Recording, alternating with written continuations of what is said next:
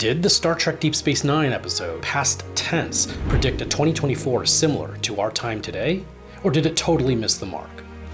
Welcome to the 10-Second Film School. I'm Prof. Linus. Thanks for tuning in. I have been a lifelong follower and fan of Star Trek. If you are too, you should definitely try to check out an episode of Star Trek Deep Space Nine titled Past Tense from Season 3, Episodes 11 and 12. It is a two-part episode that was broadcast in 1995, but depicts a time 29 years past the air date, when a revolutionary by the name of Gabriel Bell leads a 2024 revolt on Earth. Benjamin Sisko, Dax, and Bashir are accidentally transported back to the past from 2371 to 2024, so a total of 347 years, to witness this event. While this episode is predicting 29 years ahead of the time that it airs, it does get some details about our time miraculously right.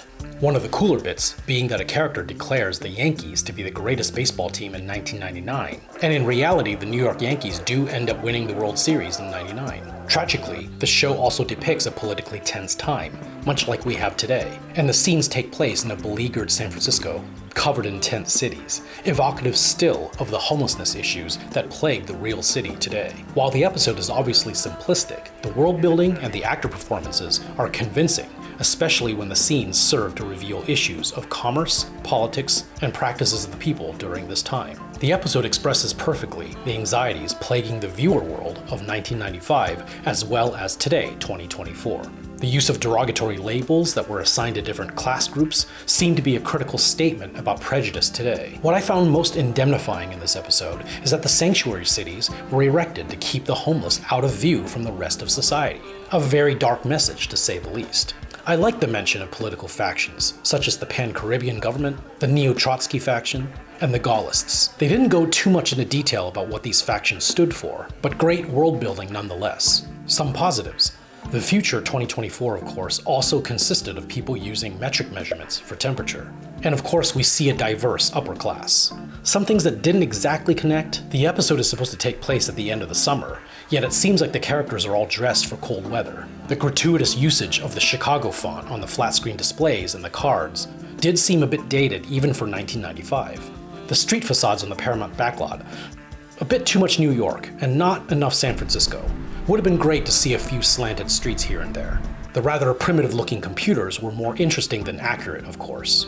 And the episode did garner a chuckle in that the citizens are still relying on standard def satellite TV, with news channels going up into the whopping double digits. I got what they were doing with the brown shirt cop uniforms and their quasi-fascist logos, but I feel like if they were going to go this far with the messaging, they could have snazzed it up a bit, made the uniforms a little bit more scary looking. These dudes look like HVAC installers. And what was going on with civilian fashion? And when did Jadzia have time to have her hair done up? Or to refresh her makeup? Or to find those clothes?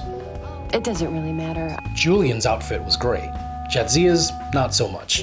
And I guess men don't wear ties in this version of 2024. If you want to see another cool Star Trek futurist projection of 2024, check out Star Trek The Next Generation, Season 3, Episode 12, The High Ground, an episode that deals with terrorism, where Data cites the unification of Ireland as occurring in 2024.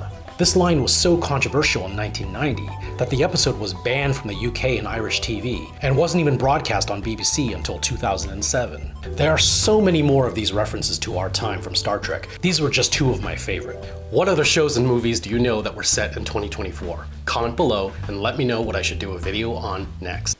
Hi everyone. If you like what you saw, please follow me using the social media links you see on the screen. If you wish to show more support, I'll provide a link to my Patreon page as well as a link to purchase my new classroom textbook. Thank you so much again for visiting, and don't forget to subscribe.